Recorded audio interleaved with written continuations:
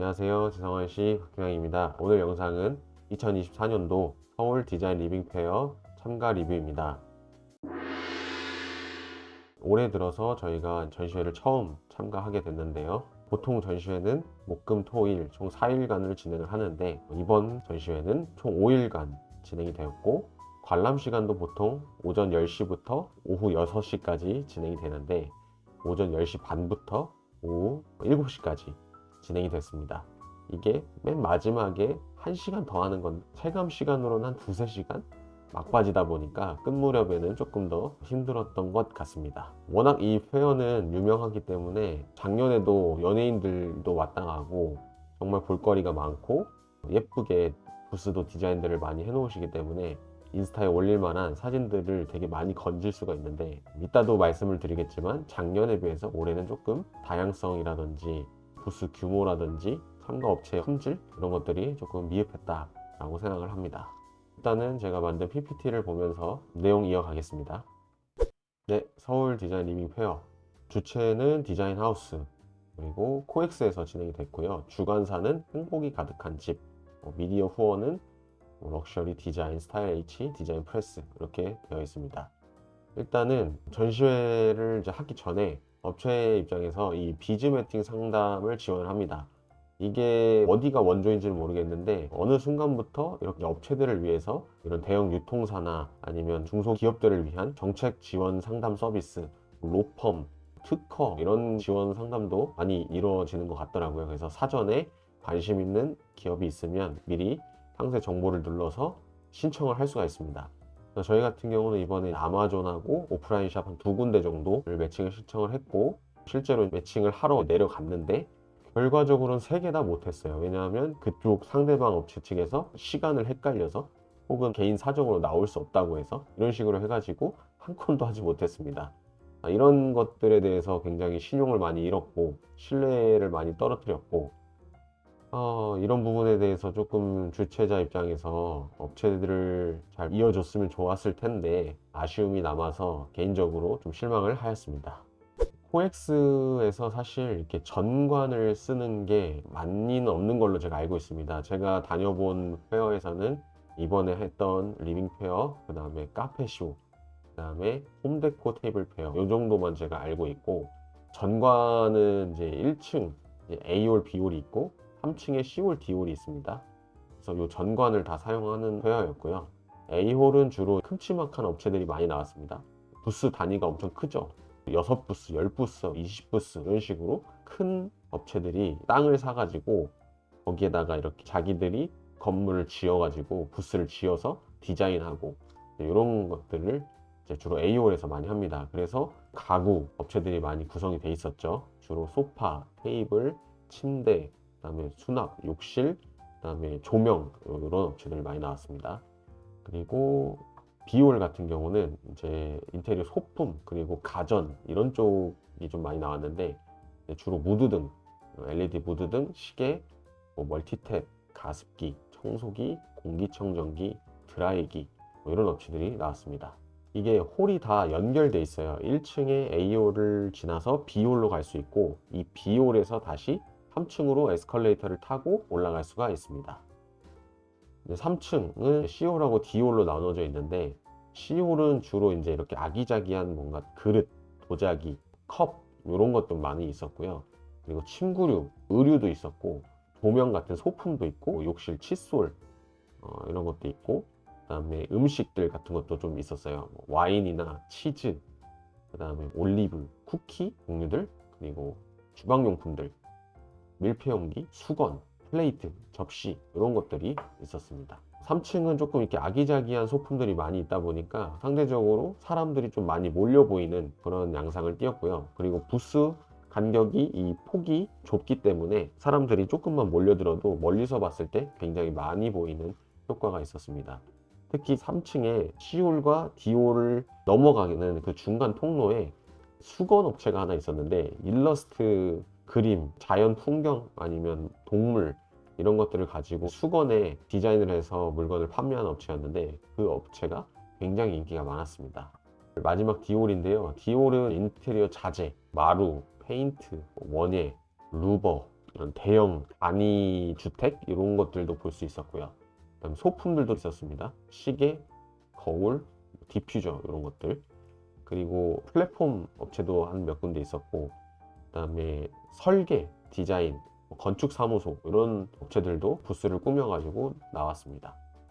이번 페어에서 제가 조금 아쉽게 생각했던 거는 2023년에 비해서 많이 다양성이 부족했다라고 생각을 합니다. 왜냐하면 제가 1층부터 3층까지 다 돌아다녀 보니까 대부분 다 비슷한 업종의 사람들이 많았고, 요즘에는 AI라고들 하는데 인공지능이나 로봇이나 이런 것들을 활용해서 우리의 리빙 트렌드가 바뀔 것이다, 이런 트렌드를 제시하는 업체들은 많이 없어가지고 좀 아쉬웠습니다. 그리고 1대1 바이어 매칭에서 결과적으로는 한 건도 하지 못했고, 그 안내를 직원분들이 너무 늦게 알려주거나 본인들도 인지하지를 못해서 업체들한테 미안하다고 이렇게 사과를 할 그런 상황을 만들었던 게 좀 실망스러웠던 것 같습니다. 그리고 관람 시간 10시 반부터 오후 7시까지인데, 사실 부스 계신 분들은 아시겠지만 오후 한 4시, 5시면 되면 사람이 거의 없어요. 그래서 굳이 이거를 7시까지 했어야 했나? 라는 생각이 들었습니다. 그리고 상대적으로 부스가 워낙 넓다 보니까 1층을 구경한 사람들이 3층에 와서도 구경을 해야 되는데, 체력적으로나 아니면 심지어는 3층에 있다라는 것도 모르는 사람들도 있는 것 같더라고요. 그래서 이런 안내에 대한 부분이 조금 미흡했던 것 같습니다. 이런 부분에 대해서는 첫날에 입장을 1층에 하고 둘째 날은 3층에서 먼저 하고 이런 시스템을 도입하면 어떨까라는 생각이 들었습니다. 그리고 명찰 시스템, 이게 다른 데는 보통 출입증 회사 이름만 적어가지고 하던데, 여기 페어에서는 사전에 증명사진도 올려야 되고, 그 다음에 무슨 요일부터 무슨 요일까지 일하는지도 적어야 되고, 뭐 이런 것들이 좀 까다롭다라는 생각이 들었어요. 물론 그냥 막 명찰 없이 들어오려고 하는 사람들도 있고, 아니면 업체들끼리 이 아는 사람이니까 이렇게 들어보내 주세요, 이런 편법을 이용해서 들어오려는 사람들을 막기 위한 장치라고 생각하는데, 저는 이런 것보다는 그냥 QR코드 하나를 만들면 되지 않나? 라는 생각이 들었습니다. 그리고 이 부스 배정에 대한 공정함과 투명성이 좀 부족하다고 느꼈는데요. 도대체 어떤 기준으로 이 업체들을 이 위치에 배치시켰는지, 물론 사전에 이 신청서를 작성할 때 당신은 어느 업종에 있고 어떤 제품을 가지고 나올 것이고 이런 것들을 홍보를 해주지만, 그럼에도 뭔가 왜 내가 이 위치에 있어야 되지? 라는 의아함이 들었습니다. 그래서 홈데코 테이블 페어라는 경우에는 이 부스를 참가를 하면 선착순으로 그 자리에서 현장에서 예약을 하게 돼 있습니다. 그래서 모든 업체들이 그 예약 화면을 보고 얘네들은 이런 식으로 부스 배치를 하는구나, 그래서 만족도라든지 공정함에 있어서 업체들이 좋아하는 것 같습니다. 왜냐하면 이게 아무래도 사람이 하는 일이다 보니까 약간 알력이 들어갈 수 있잖아요. 뭐 인맥, 고위직 부장이나 차장이나 이런 분들한테 나 좋은 위치 좀 줘, 뭐 이런 식으로 따로 전화를 해서 압력을 행사한다든지 그런 게 있을 수 있기 때문에 이런 것들은 조금 부족하다고 생각을 했습니다. 네, 보통 그 전시회를 참가를 하면 이제 비용이나 어떤 효율, 그만큼의 결과가 있냐라고 물어보시는 분들이 종종 있는데, 전시회를 한 번 나간다고 해서 좋은 결과가 무조건 나타나진 않습니다. 그러니까 전시회를, 나에게 맞는 전시회를 알아보고 거기에 관람도 해보고 어떤 업체들이 주로 나오고 분위기는 어떤지 이런 것들을 미리 사전에 좀 파악을 하고, 왜냐하면 이게 주최자 입장과 그거를 참가한 업체 입장은 좀 다르거든요. 항상 우리가 양쪽의 입장을 들어봐야 되는 게, 주최자 입장에서는 당연히 여기 사람도 많이 오고 성과도 엄청 좋다, 꼭 나오셔라, 뭐 이런 식으로 얘기를 하지만, 실제 박람회를 참가한 업체들은 사람 별로 없었고 아무 성과도 없었다, 뭐 이런 사람들도 있거든요.